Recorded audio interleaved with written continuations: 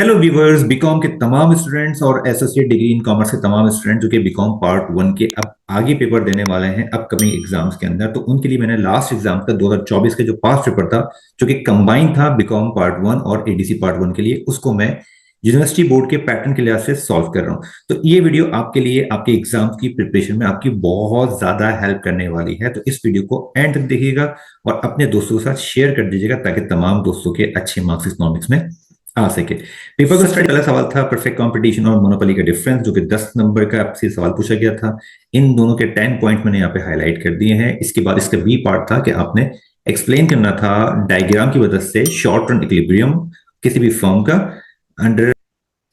Firm under monopoly के अंदर। मैंने सबसे पहले उसको मार्जिनल अप्रोच से और फिर टोटल अप्रोच से इसको सॉल्व किया। मार्जिनल अप्रोच के जरिए से आपने ये डायग्राम ड्रॉ करके इसको यहाँ पे एक्सप्लेन करना है, और इस तरह टोटल अप्रोच के अंदर आपने यहाँ पे डायग्राम ड्रॉ करके इस तरह से एक्सप्लेन करना है। तो ये जो है वो परफेक्ट कॉम्पिटिशन के अंदर आपने टोटल अप्रोच की जरिए से जो है वो आपने ये डायग्राम ड्रॉ करके उसको एक्सप्लेन कर दिया। इसके साथ साथ आपने मार्जिनल अप्रोच के जरिए से ये डिफाइन किया आपने और यहाँ पे डायग्राम इसकी यहाँ पे ड्रॉ कर दी।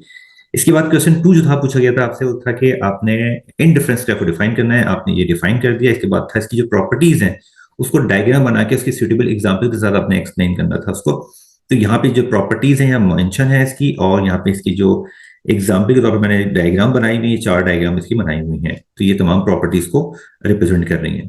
इसके बाद इसका बी पार्ट था कि कंज्यूमर इक्विलिब्रियम जो है आपने इनडिफरेंस कर्व की मदद से एक्सप्लेन करना था। तो यहाँ पे आपने एक डायग्राम ड्रॉ करके इसको यहाँ पे प्रॉपर डिफाइन कर दिया। क्वेश्चन 3A था कि आपने चेंज इन डिमांड और चेंज इन क्वांटिटी डिमांड को आपने एक्सप्लेन करना था। तो यहाँ पे आपने इन दोनों को एक्सप्लेन कर दिया। इसके बाद इसका बी पार्ट था कि आपने प्राइस इलास्टिसिटी यानी पीईडी को आपने डिफाइन करना था, तो आपने यहाँ डिफाइन कर दिया। इसके बाद वाईईडी को आपको डिफाइन करना था, आपने यहाँ पे उसको प्रॉपर फॉर्मूले के साथ डिफाइन कर दिया। इसके बाद एक्स ई था, एक्स ई को भी आपने यहाँ पे प्रॉपरली डिफाइन कर दिया। ये फर्स्ट ईयर और सेकंड ईयर के इकोनॉमिक्स के नोट्स हैं। आप में से जो स्टूडेंट इकोनॉमिक्स सब्जेक्ट को पढ़ रहे हैं वो ये नोट्स हासिल करना चाहते हैं तो मेरे गिवन व्हाट्सएप नंबर पे कांटेक्ट करके ये नोट्स हासिल कर सकते हैं। इसके बाद इस क्वेश्चन 4 था कि जो शॉर्ट नोट्स हैं, कुछ 2 शॉर्ट नोट्स आपने यहाँ पे लिखने थे। तो पहला शॉर्ट नोट था कि माइक्रो इकोनॉमिक्स और मैक्रो इकोनॉमिक्स के बारे में लिखना था। तो आपने माइक्रो इकोनॉमिक्स और मैक्रो इकोनॉमिक्स में डिफाइन कर दिया। इसके बाद अगला सवाल था इसमें कि आपने एवरेज कॉस्ट और मार्जिनल कॉस्ट का रिलेशनशिप बताना था। तो यहाँ पे इक्वेशन से हमने इनके रिलेशनशिप को हाईलाइट कर दिया। इसके बाद आईसो कॉस्ट और आईसो काउंट का यहाँ पे डिफाइन करना था शॉर्ट नोट के अंदर। तो यहाँ पे आपने डिफाइन कर दिया शॉर्ट नोट के अंदर विद एग्जांपल्स।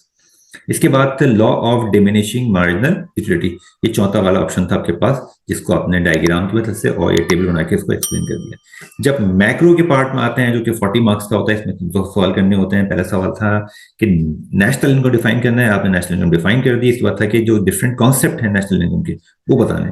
तो ये जीडीपी, जीएनपी, एनएनपी, ये सारे कॉन्सेप्ट जो है डीपीआई, पीआई आपने यहाँ पे एक्सप्लेन कर दिए। इसका भी पार्ट था कि आपने जो डिफरेंट मेथड सीखे हैं नेशनल इनकम को कैलकुलेट करने या मेजर करने के, तो उसमें से आपने यहाँ पे डिफरेंट मेथड को डिस्कस करना है। जैसे कि यहाँ पे पहला था मेथड प्रोडक्शन मेथड, इसके बाद था इनकम मेथड, और इसके बाद था एक्सपेंडिचर मेथड।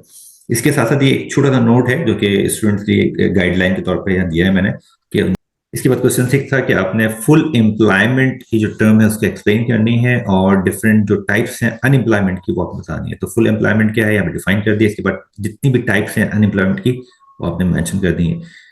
तो यहाँ पे fractional, structural, seasonal, cyclical, disguise या ओवर स्टाफिंग, वॉलंटरी अनएम्प्लॉयमेंट और टेक्नोलॉजिकल अंडर एम्प्लॉयमेंट।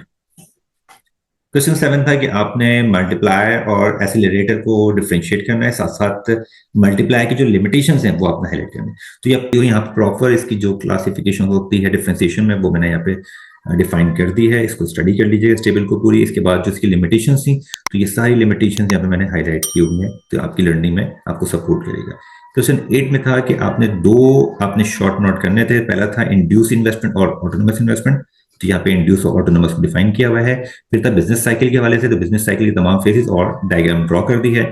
फिर था मैक के हवाले से इनके मार्जिनल एफिशिएंसी ऑफ कैपिटल, तो यहाँ पे डिस्कस किया हुआ है। इन्फ्लेशनरी और डिफ्लेशनरी गैप के हवाले से डिस्कस किया हुआ है चौथा पॉइंट में। इसके बाद जो आखिरी सवाल आता है वो आता है इकोनॉमिक सिस्टम से, जो आपको 20 मार्क्स का होता है और आपको एक क्वेश्चन अटेम्प्ट करना होता है। तो उसमें से पहला जो 9 क्वेश्चन था वो था इस्लामिक इकोनॉमिक्स की जो फीचर्स हैं वो हाईलाइट करने हैं और बताना है कि भाई ये जो सिस्टम है वो दूसरे इकोनॉमिक सिस्टम से बेहतर क्यों था। तो सबसे पहले आपने फीचर्स जो थे इकोनॉमिक सिस्टम के वो अपने यहाँ पे हाईलाइट कर दिए। इसके बाद आपने रीजन दे दिया कि आपका ये सिस्टम इस्लामिक सिस्टम दूसरे सिस्टम से कैसे बेहतर है, तो इसके रीजन यहाँ मौजूद हैं और यहाँ पे कंक्लूड भी कर दिया आपने जस्ट 3 लाइनों के अंदर। क्वेश्चन नंबर 10 जो था, जो चॉइस पूछा गया था, वो था कि आपने तीनों जो इकोनॉमिक सिस्टम है वो आपने जैसे कैपिटलिज्म, सोशलिज्म और मिक्स इकोनॉमी, इसके बारे में आपने डिफाइन करना है।